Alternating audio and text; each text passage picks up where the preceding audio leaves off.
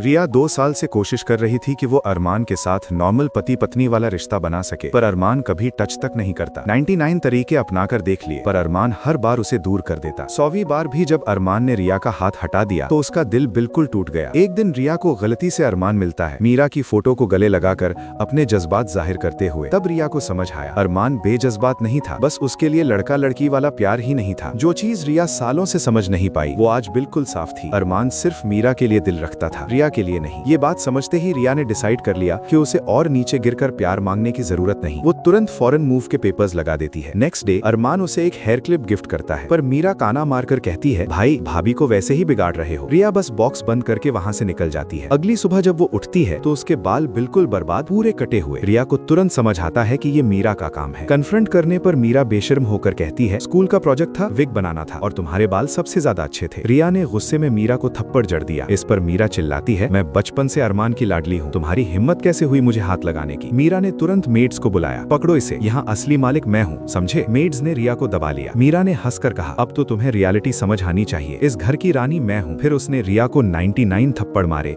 जब तक वो बेहोश नहीं हो गई। होश आया तो अरमान बेड के पास बैठा था। रिया को लगा शायद फाइनली वो इंसाफ करेगा, पर अरमान मीरा को ही डिफेंड करने लगा। मीरा बच्ची है, गलती हो गई, मैंने पनिश कर दिया। पनिशमेंट क्या? एक बाल की लत दिखाकर बोला, तुम्हारे बाल काटे थे इसलिए उसने अपने बाल का एक हिस्सा दिया। रिया को भरोसा नहीं हुआ, वो बोली, 99 थप्पड़ का क्या अरमान, उसके हाथ भी तो सूज गए, ये भी पनिशमेंट ही है। रिया हंस पड़ी, एक टूटी हुई हंसी, क्योंकि डबल स्टैंडर्ड्स यहाँ से ज्यादा साफ नहीं हो सकते थे। अरमान ने इरिटेट होकर कहा, ड्रामा मत करो, मीरा को बुलाता हूँ, सॉरी बोल देगी। मीरा आई, नकली सॉरी बोला, फिर दोनों निकल गए जैसे रिया कोई चीज हो। थोड़ी देर बाद रिया को वीजा अप्रूवल का मैसेज मिल गया। उसने डिसाइड किया, अब बस यहाँ 1 मिनट भी नहीं रुकना। पर जैसे ही वो घर से निकली उसे किडनैप कर लिया गया, साथ ही मीरा भी किडनैप हो गई। किडनैपर अरमान का दुश्मन था जो चाहता था अरमान अपनों को खोते हुए देखे। दोनों के बदन पर बॉम्ब बंधे थे। अरमान अकेला वहां पहुंच गया। रिया ने चिल्लाकर कहा, मैंने बॉम्ब डिस्पोजल सीखा है, पहले मुझे बचाओ, फिर हम दोनों मीरा को बचाएंगे। पर मीरा चीख रही थी, अरमान पहले मुझे बचाओ। और अरमान ने बिना 1 सेकंड सोचे मीरा को ही बचाया। रिया बिल्कुल हैरान नहीं हुई, वो बस चुपचाप देख रही थी। अरमान जैसे ही उसकी तरफ बढ़ा, मीरा ने रोक लिया, बॉम्ब फट जाएगा, मुझे डर लग रहा है। अरमान उसे लेकर भाग गया, रिया को पीछे छोड़कर। पर रिया ने हिम्मत करके बॉम्ब काट दिया और लास्ट सेकंड पर उसे बाहर फेंक दिया। हॉस्पिटल में होश आया तो फिर अरमान सामने था, पर इस बार एक और शॉक दिया। मीरा के हाथ जल गए थे, स्कार ना पड़े इसलिए अरमान ने रिया के हाथ की स्किन लेकर